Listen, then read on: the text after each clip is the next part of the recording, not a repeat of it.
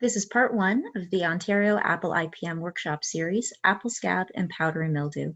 My name is Christy Grigg McGuffin. I'm a horticulture integrated pest management specialist with Ontario Ministry of Agriculture, Food and Rural Affairs. Throughout the series, we're going to be discussing a number of insect and diseases common in Ontario apple orchards, including their identification, biology, how to monitor for them, as well as some general management practices.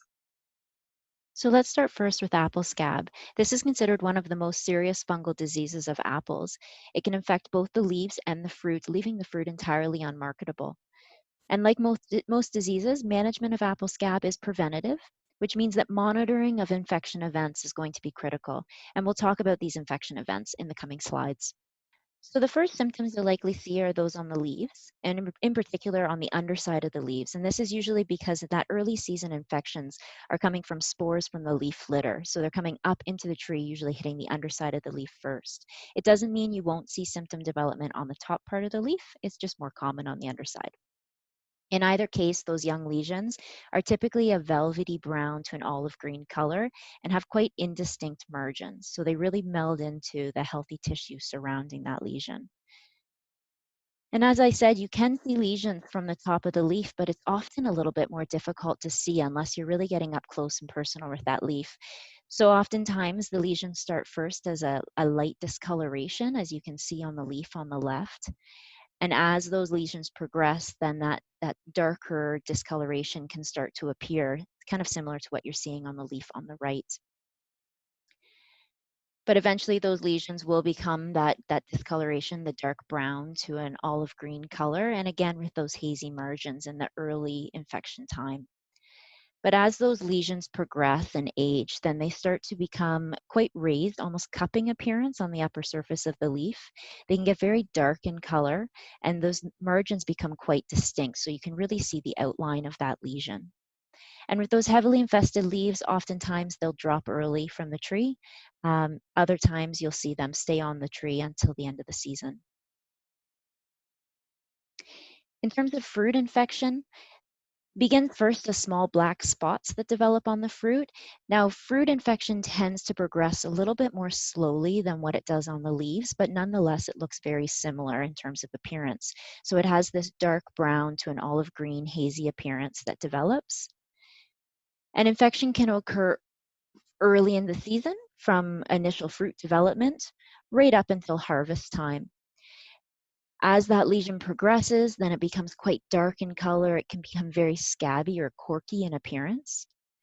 And depending on when the infection occurred, then the fruit continues to grow and mature around that lesion. So the fruit can become quite deformed. It can also cause some cracking to occur as the skin stretches across the dead tissue. And so it's not surprising to see secondary pathogens invade those cracks. So seeing something like a black rot that's associated with apple scab infection. So let's take a little bit closer look in the apple scab disease cycle. So those spores overwinter in the leaf litter. So this comes from infection from the previous season. We're going to take a closer look at what I'm talking about. And so as you can see in these pictures, there's infected fruit and infected leaves from the previous year that are on the orchard floor. And as the snow melts, then these spores mature and are ready to release up into the trees in that new growth.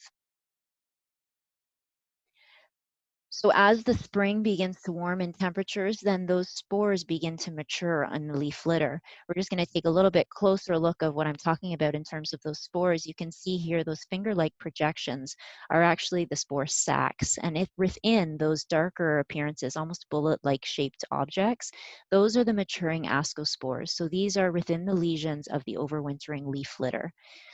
And as these start to mature, pressure builds up within these sacs. When there's a wetting event, then those spores are released. As you can see, the ascospores that have been released on the right-hand side of this slide.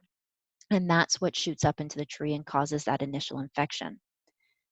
So that's ongoing on the orchard floor in that early springtime. And as those spores are released during wetting events, then they infect the developing tissue, that nice green tissue that's starting to emerge on the trees, causing what's known as primary infection.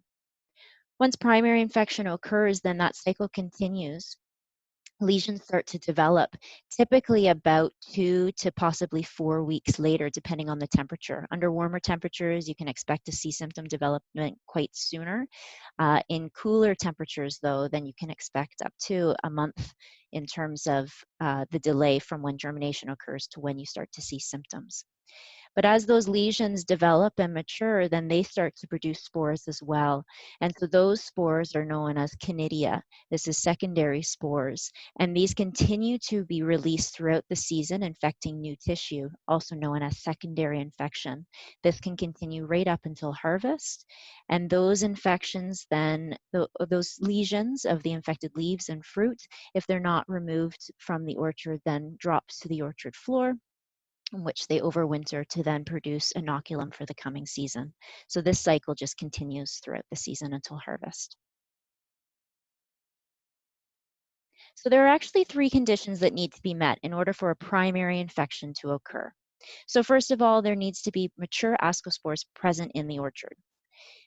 Now, this doesn't mean that if you do not have scab from the previous year, then you won't get it, because it entirely depends on what's also going around on the outside of the orchard too. What's adjacent to the orchard block? Are there wild hosts? Are there blocks that are poorly managed in the vicinity, and can spore enter in? So just because you don't have scab does not mean that you are clear of risk. So first condition being that there's mature ascospores. Second condition being that there are weather conditions favorable to both release of the mature ascospores as well as for germination itself. So needing to have a wetting period long enough in order for both those things to occur. And I'm going to talk about wetting periods in just a moment.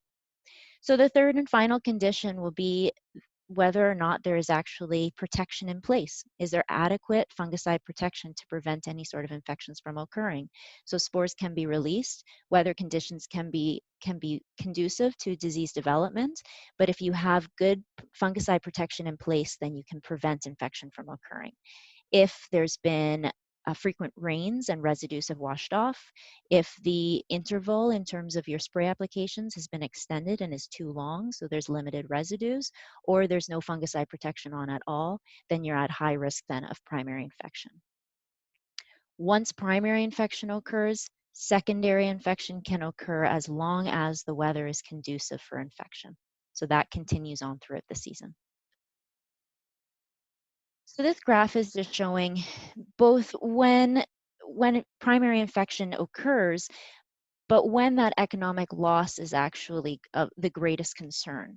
So the blue line on this graph is looking at the risk of primary scab infection, and as you can see, it peaks during that bloom period. However, the biggest risk of economic loss has actually been found to be at the beginning of the season. So it's when those initial spores are being released, when that susceptible green tissue is first starting to show. And that's primarily because the risk then of secondary infection continuing throughout the season. That cycle continues again and again, and it's harder to control the infection of scab once it's already in place. So having that preventative measures and stopping that primary infection is going to prevent you having to chase and deal with the economic loss from secondary infection as it progresses throughout the season. So in terms of monitoring, this is really a season-long pest to have to look for. So as I said, that those spores are ready to release and mature as soon as the green tissue starts to show on the trees. And you can get infection all the way up until harvest, also known as pinpoint scab, that can appear in storage itself. So monitoring from green tip to harvest is important, looking at both the leaves and the fruit. And it's important to look at all parts of the tree. So not just those leaves and fruit that are at eye level or within reaching area, but also trying as much as possible to look at the upper part of the canopy. This is often where scab escapes can occur just because of poor fungicide coverage that can happen just based on the spray characteristics. There can be times when residues are lacking on that upper canopy.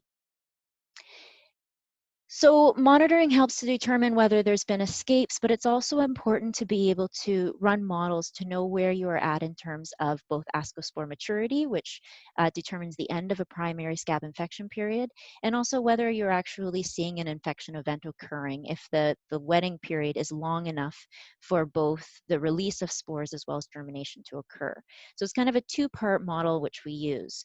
So the degree day model, which I'll cover degree days over the next few presentations, but the one in particular for apple scab highlighted here, this is kind of the standard degree day model that's used, and it looks at the average temperature, which in other words, the maximum temperature plus the minimum temperature for that day divided by 2 gives you the average daily temperature minus the base temperature. And the base temperature is the temperature at which development of the pathogen starts. So in the case of apple scab, it's 0 degrees.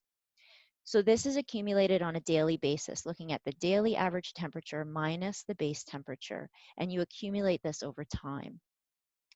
This starts typically at bud break. You would begin this accumulation, or for some, they base it on at least 50% of fruit buds in Macintosh are between silver tip and green tip. Now, with all models, this is entirely predictive. There are some unpredictable events that can happen during the season that will alter what this model is predicting, but as a whole, this gives a pretty good idea in terms of the progression of the disease in the orchard. So this is the graph that's then generated from the accumulation of those degree days. And you can see across the x-axis is the accumulation of degree days from the green tip, base 0 degrees. That red line that you're seeing on that graph is the cumulative ascospores that are mature. So as you can see, it starts to progress fairly rapidly at a certain time. And there's a couple of timings that are really important with this primary scab model. So in particular, at 125 degree days, this is when you're going to start to see that rapid maturation of ascospores starting. So in that early season, those early infection events, there are oftentimes not too many ascospores that have reached maturity in that cooler weather. Once you hit that 125 degrees, that's when you can expect kind of that peak infection time where you're going to get massive quantities of ascospores maturing very rapidly. So you can see that spike that occurs then after that 125 degree days, and that continues to about 418 degree days. And at this point, then it's safe to say that there's about 95% of the ascospores have matured and have been released depending on how many infection events you've had. So during that time between 125 to 418 degree days, that's kind of the peak infection, primary infection time to really be on the watch for and to be using proper protectant materials for this. Generally, this peaks between pink and bloom. It does not necessarily mean that can't happen earlier in the season, depending on what the season is like. But on average, it's between that pink and bloom time period where we really see that spike in ascospore maturity. So now that we have an idea in terms of where we're at for ascospore maturity, it's important to then start looking at whether or not we are actually experiencing a wetting event significant enough to cause an infection. And with this, we need to determine the wetting period. So this is classified in kind of 2 categories: a wetting period within a low inoculum orchard and that within a high inoculum orchard. So a low inoculum orchard, we want to think about the wetting period happening only during the day. Anything that occurs at night, and there's likely not a risk of infection. So by daytime, this is accumulating hours between 8 a.m. and 7 p.m. And during this time, you start accumulating wetting period hours from the start of the rain event until the leaves are dry. So this is not just the rain event itself, but how long the leaves are staying wet.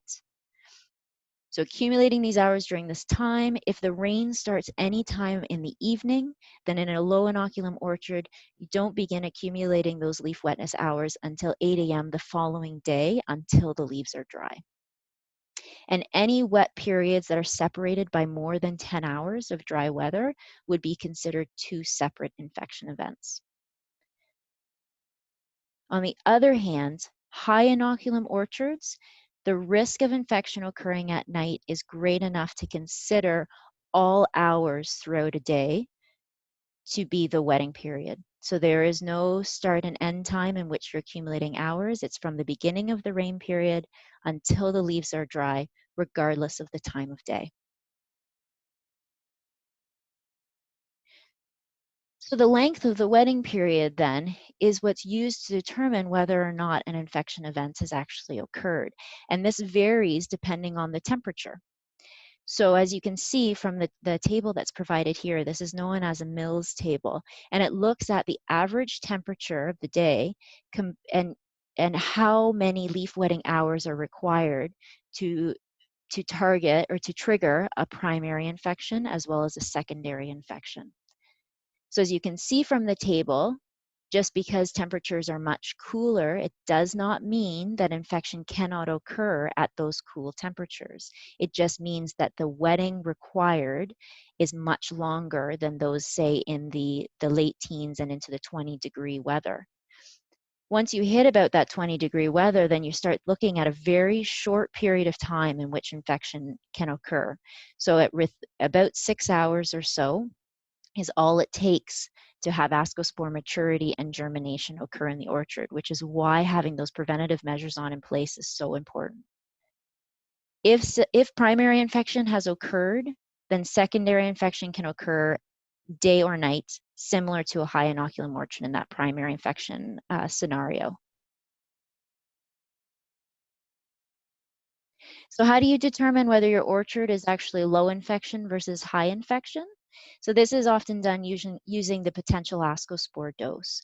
So a lot of times you'd look at this in the fall time. This can happen after harvest because you look at the shoots. So you're determining the scab, the amount of scab on the leaves. And the number of trees that you look at in a block entirely depends on the density of that block. It can really vary and you can determine what you want, but on average, you want to look at about 600 shoots in total.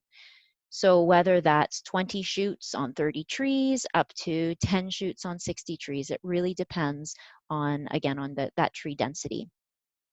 And so the selection of these shoots from each tree is coming from the top, the bottom, the inside, outside of the canopy, because again, that can really vary depending on the coverage that you got. It doesn't necessarily mean that you have full coverage on the top of the canopy, even if you're seeing it in that mid canopy. So inspecting shoots from all areas really gives you a good idea of the overall scab pressure within the orchard. So looking at these shoots, then you're recording the number of leaves that you see with scab lesions on it. And even those where you're not entirely sure if it's scab, it's best to overestimate than underestimate. So include those in the count. So with that total, then that can help you determine whether or not you're considered low inoculum. If you've determined that there's 50 or less scabby leaves in that collection that you've looked at, then you would be considered a low inoculum orchard. Anything above 100 leaves, and according to the potential ascospore dose, then you're considered a high inoculum orchard. And so programs need to be on in place from the very beginning of the season, knowing that you've got a high inoculum load going into the year. Now, in between that 50 and 100 gets to be quite a gray zone. And a lot of times it's good to consider what other sort of methods you have in place in terms of managing scab, in particular if you're using any sort of sanitation techniques. So things like applying urea or mowing any of those leaves to help to reduce that early season inoculum load. And if that's being used, then you can consider yourself low inoculum if you're within that kind of range.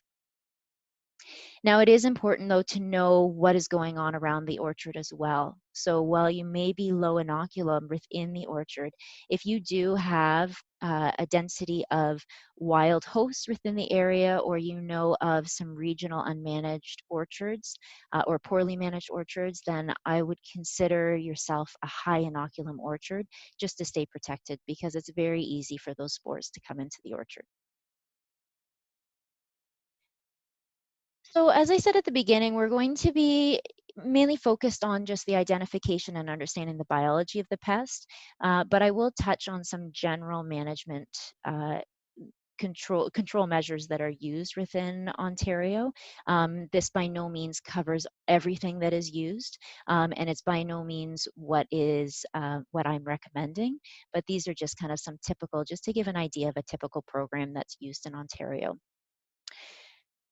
So both in terms of management as well as monitoring, it's important to understand that many cultivars vary in their susceptibility to apple scab. So in particular, ambrosia, for example, is very susceptible to apple scab, whereas something like honeycrisp is known to be relatively resistant. So this helps from a monitoring standpoint. It helps to focus your scouting practices on blocks that are particularly susceptible. Kind of gives you an idea of what to expect for the rest of the orchard by looking at those susceptible blocks. But also in terms of control itself, then this helps with orchard planning, is focusing, if you know that you have a scab issue, then perhaps focusing on those more resistant cultivars can help manage this disease. Another example of a cultural control that's commonly used are the use of urea or mowing to help break down that leaf litter and to reduce that early season inoculum load from scab. And so both of these help to speed up decomposition of the leaves. When it comes to the mowing, it also can reorient the leaves on the orchard floor. So when those spores, if the leaves are still there, and the spores are able to mature, when they're actually ejected, they're not going up into the trees itself and causing the infection. However, with scab, most control is focused on chemical control, and that's both organic, biological, as well as synthetic chemical control. Just because it is such an aggressive disease, it's difficult to try and manage. So the focus is on trying to manage that primary scab infection period. Having good control over that then can allow you to start to reduce your control throughout that secondary scab. And the focus is on pre-infection fungicide program. And so that's going on prior to an infection occurring. If there's an event that happens, say a wedding event that happens or an unexpected event that happens, there is the possibility of using post-infection fungicides, but these are typically not used heavily just because of resistance management concerns. So the focus is more on a protectant fungicide program. And as I mentioned with secondary scab, then depending on what the level of scab is like in the orchard after primary scab period, then there is the potential of reducing rates and increasing intervals during that secondary scab period. It's really important to monitor once you reach the end of that primary scab period. It's very important to continue monitoring for any development of scab symptoms.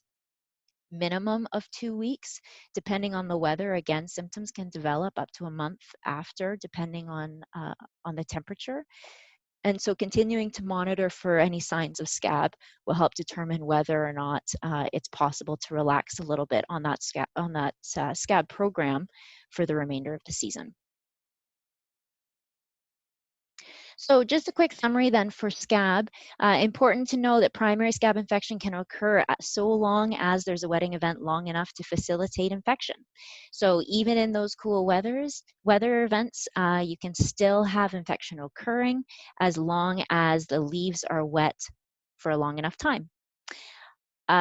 Monitoring for temperature and leaf wetness is going to be really important for being able to understand when these infection periods are occurring.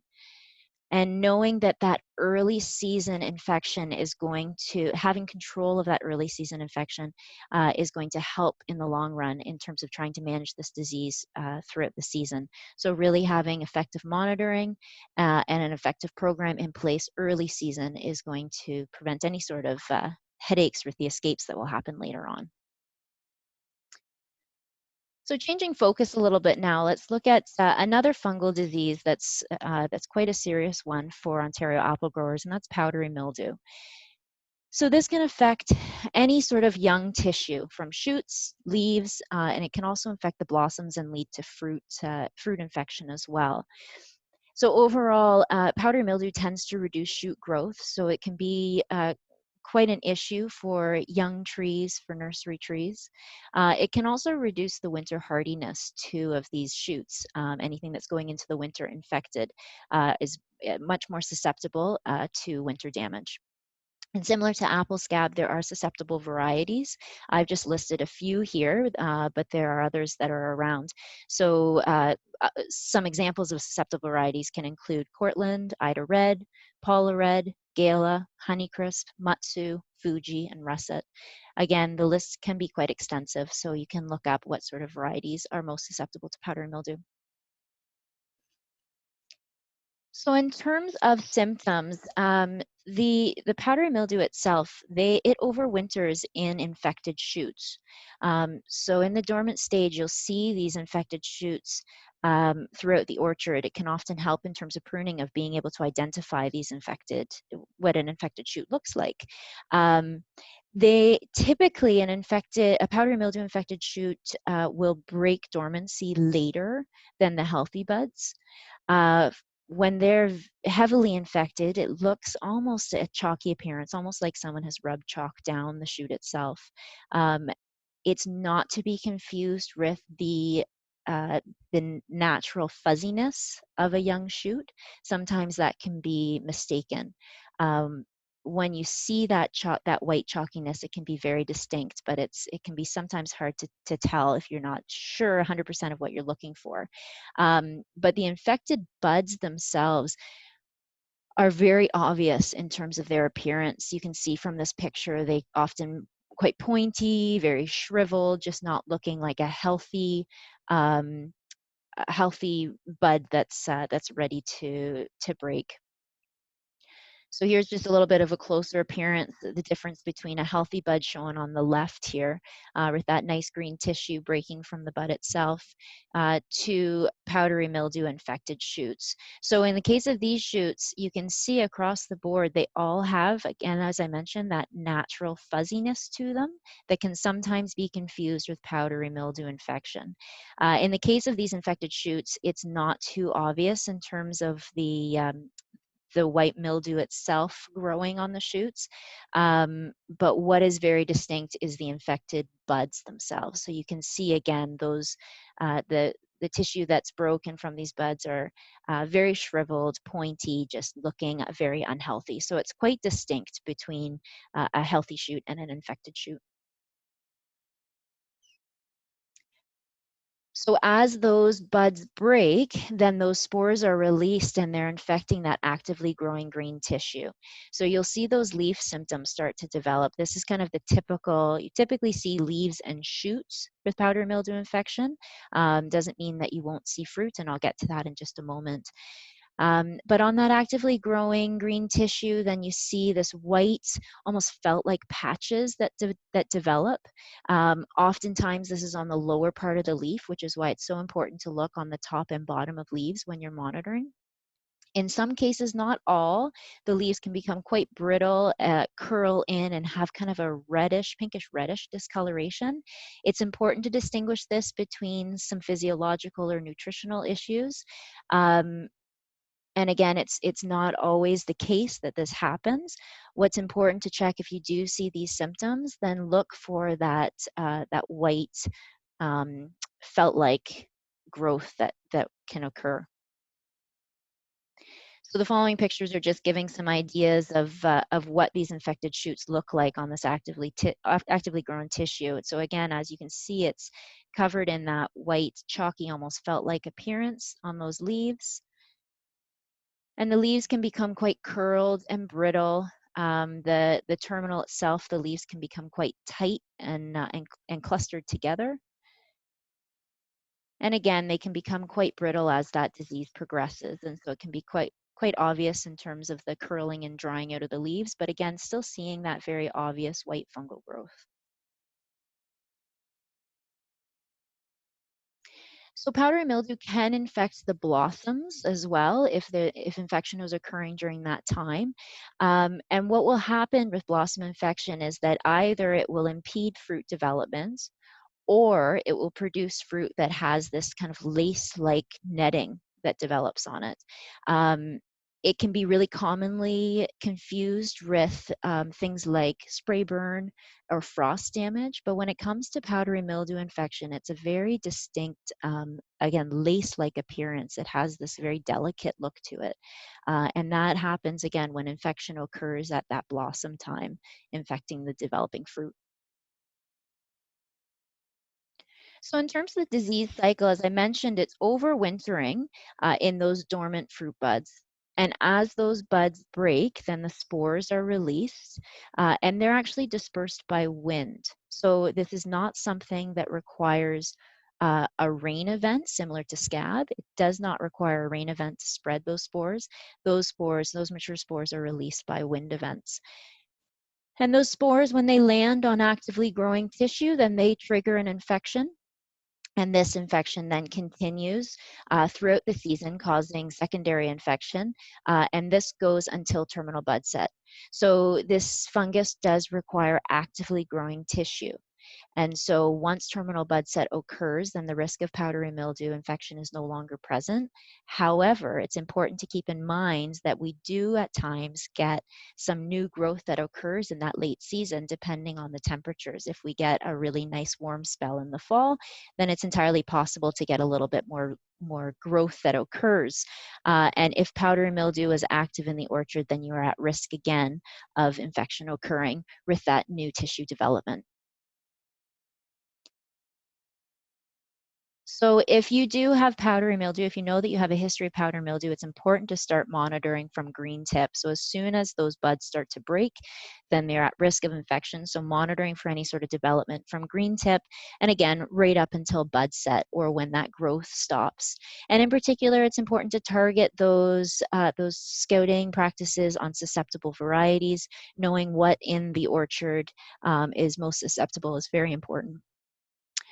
Um, as mentioned before, that powdery mildew, it likes hot, humid weather, but it does not like wet weather. So rains will actually wash off the conidia from the leaf surface. As well, conidia won't actually germinate in standing water.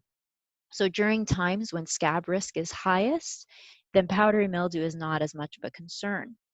However, as the weather dries out, then you want to think about still maintaining adequate protection to be able to control for that powdery mildew.